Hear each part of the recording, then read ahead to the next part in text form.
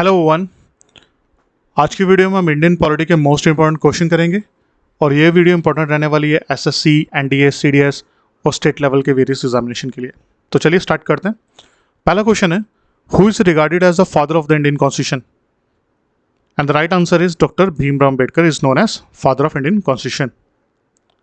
Next question है, the preamble of the Indian constitution is based on which historic document? हमारा जो preamble है Indian constitution का वो किस डॉक्यूमेंट के ऊपर बेस्ड है? And the answer is government of India 1935 पे ये बेस्ड है। Question number 3, the right to equality is enshrined in which articles of the Indian constitution? Right to equality जो फंडामेंटल राइट है हमारा वो किस आर्टिकल में मेंशन्ड है? And the right answer is article number 14 से 18 जो है वो बात करता है राइट टू इक्वालिटी की। Question number 4, which fundamental right was removed from the original list by the 44th amendment? कह रहा हमारे पास एक फंडामेंटल राइट था जिसे रिमूव कर दिया गया बाय द 44th अमेंडमेंट। वो कौन सा फंडामेंटल राइट था? देखिए, हमारे पास एक फंडामेंटल राइट था राइट टू प्रॉपर्टी। इस राइट टू प्रॉपर्टी को अब फंडामेंटल राइट से रिमूव कर दिया गया है। अब ये फंडामेंटल राइट नहीं है। अब ये कौन सा राइट है? अब ये बन गया है लीगल राइट। Legal right. और अब इसे मेंशन किया गया 300A में। इसे 44th अमेंडमेंट 1978 के थ्रू 44th अमेंडमेंट 1978 से अमेंड कर दिया गया था, इसे रिमूव कर दिया गया था। अब ये जो राइट टू प्रॉपर्टी है ये फंडामेंटल राइट नहीं है, ये एक लीगल राइट है। और कहाँ मेंशन्ड है? 300A में। काफ़ी इंपॉर्टेंट क्वेश्चन है ये। नेक्स्ट क्वेश्चन है, the directive principles of the state policy, जिसे हम DPSP भी कहते हैं, वो हमने किस कॉन्स्टिट्यूशन से बोरो किया? And the right answer is Ireland. हमने इसे आयरिश कॉन्स्टिट्यूशन से बोरो किया। Question number 6, which article of the Indian constitution deals with the abolition of untouchability? Indian constitution में कौन सा आर्टिकल है जो अनटचेबिलिटी को रिमूव करने की बात करता है? And the right answer is article number 17। काफी इंपॉर्टेंट है। Question number 7, how many fundamental rights are guaranteed by the Indian constitution? Indian constitution हमें कितनी फंडामेंटल राइट्स देने की बात करता है? And the right answer is 6 fundamental rights हमें गिवन है। Question number 8, which article allows the president to declare an emergency? कौन सा आर्टिकल प्रेसिडेंट को अलाउ करता है इमरजेंसी डिक्लेयर करने के लिए? And the right answer is article number 352 जो है वो प्रेसिडेंट को अलाउ करता है इमरजेंसी डिक्लेयर करने के लिए। ठीक है, इमरजेंसी कितनी टाइप्स की होती हैं? इमरजेंसी 3 तरह की होती हैं। नेक्स्ट क्वेश्चन में हम ये चेक करेंगे कितनी तरह की इमरजेंसीज होती हैं। नेक्स्ट है, which case is associated with the basic structure of doctrine? Basic structure doctrine के साथ कौन सा केस जुड़ा हुआ है? And the right answer is Kesavananda Bharati case. यानी काफ़ी इंपॉर्टेंट है, एग्जाम में ये काफ़ी बार आता भी है। अब केशवानंद भारती केस में सुप्रीम कोर्ट ने क्या कहा? सुप्रीम कोर्ट ने कहा कि हमारी जो सरकार है, हमारी जो गवर्नमेंट है या फिर पार्लियामेंट समझिए, पार्लियामेंट के पास पावर है हमारे कॉन्स्टिट्यूशन को चेंज करने की, बट मेक श्योर रहे कि कॉन्स्टिट्यूशन तो चेंज करिए बट कभी भी उसका बेसिक स्ट्रक्चर चेंज नहीं होना चाहिए। मतलब उसका जो मूल आधार है वही मत चेंज कर देना। ठीक है, ये कहा गया था। Question number 10, the right to education act 2009 is associated with which fundamental right? कह रहा जो राइट टू एजुकेशन है हमारे पास जो 2009 में मेंशन है वो किस फंडामेंटल राइट से हमारे कॉन्स्टिट्यूशन में मेंशन किया गया है? तो आर्टिकल नंबर 21A बात करता है राइट टू एजुकेशन। मतलब इंडिया में जितने भी बच्चे 6 से 14 साल के हैं उन्हें RT के अंदर फ्री में एजुकेशन मिलेगी। राइट टू एजुकेशन के अंदर फ्री में एजुकेशन मिलेगी और ये राइट उनका फंडामेंटल अधिकार है। Question number 11, the Rajya Sabha members are elected for the term of? Rajya Sabha के जो मेंबर्स हैं वो कितने टाइम के लिए इलेक्ट होते हैं? And the right answer is 6 years. Rajya Sabha के मेंबर जो हैं वो 6 ईयर्स के लिए इलेक्ट होते हैं। अगर हमें क्वेश्चन में लोकसभा का पूछ रहा था तो लोकसभा के जो मेंबर होते हैं वो कितने ईयर्स के लिए होते हैं? 5 ईयर्स के लिए। 5 ईयर्स के बाद फिर से चुनाव होता है, नए MPs को चूज किया जाता है। Question number 12, how many nominated members are there in Rajya Sabha? Rajya Sabha में टोटल कितने नॉमिनेटेड मेंबर होते हैं? Answer is 12। और कौन नॉमिनेट करता है? इन्हें नॉमिनेट किया जाता है राष्ट्रपति के द्वारा।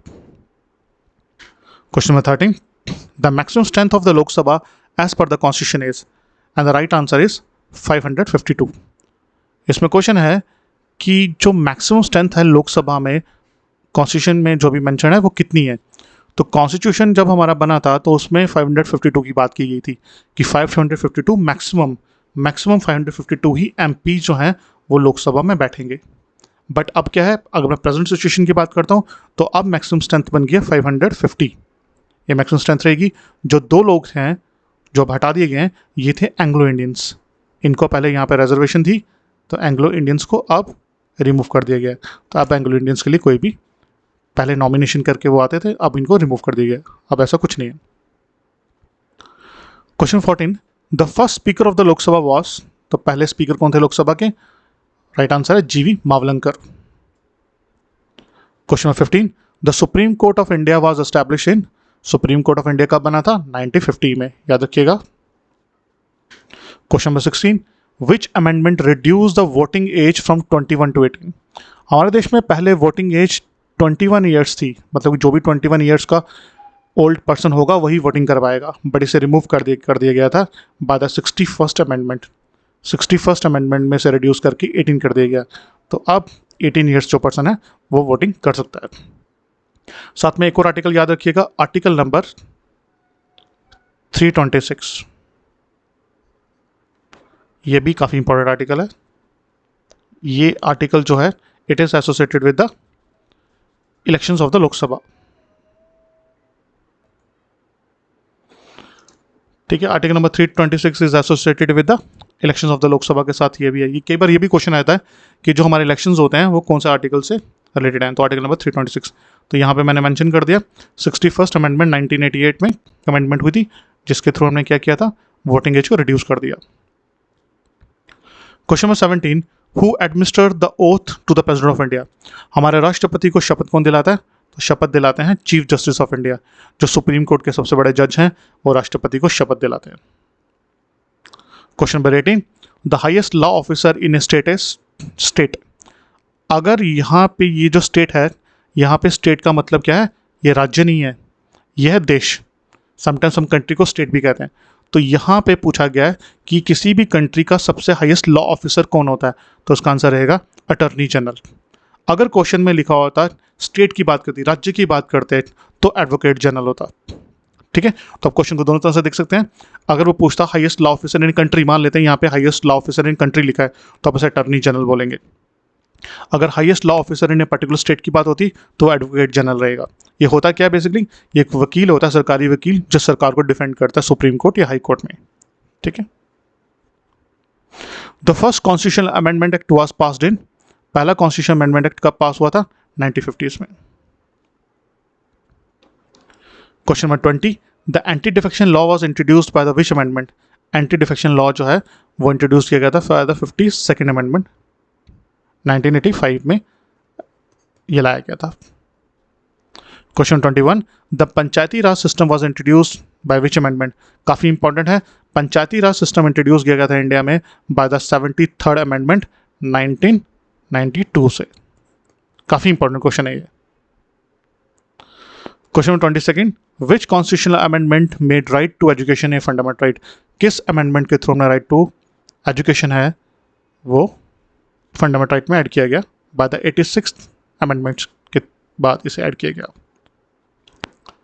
How many types of emergencies are mentioned in the Indian constitution? Indian constitution में कितनी इमरजेंसीज की बात की गई है? काफ़ी इंपॉर्टेंट क्वेश्चन है, तो इसका राइट आंसर है 3। हमारे कॉन्स्टिट्यूशन में 3 इमरजेंसीज की बात की गई है। और कौन इमरजेंसी डिक्लेयर करता है? राष्ट्रपति डिक्लेयर करता है। सबसे पहली इमरजेंसी है national emergency, under article 352। Under article 352 किसकी बात करता है? नेशनल इमरजेंसी की, नेशनल इमरजेंसी की बात की गई है। उसके बाद दूसरी इमरजेंसी है अंडर आर्टिकल 356, ये है, इसे प्रेसिडेंट रूल भी कह सकते हैं या फिर स्टेट इमरजेंसी, स्टेट में लगाई जाएगी। और लास्ट है 360, जो 360 ऐसे कहते हैं फाइनेंशियल इमरजेंसी, फाइनेंशियल इमरजेंसी लगाई जाएगी। अब यहाँ पे एक और क्वेश्चन आ सकता है आपसे कि इनमें से तीनों में से कौन सी ऐसी इमरजेंसी है जो आज तक कभी लगाई नहीं गई इंडिया में? तो आंसर रहेगा फाइनेंशियल इमरजेंसी। जो फाइनेंशियल इमरजेंसी है वो इंडिया में आज तक नहीं लगाई गई। ठीक है, बाकी जितनी भी इमरजेंसीज हैं वो सारी लग चुकी हैं, चाहे वो नेशनल इमरजेंसी हो चाहे वो स्टेट इमरजेंसी हो, दोनों लगी हुई हैं, पर आज तक फाइनेंशियल इमरजेंसी इंडिया में लागू नहीं हुई। Question 24. The National Commission for Scheduled Caste is established which article? And the right answer is article number 338 के अंदर हमने national commission for scheduled caste को स्टैब्लिश किया था. And the last question for today question है which constitutional body is responsible for recommending the distribution of tax revenue.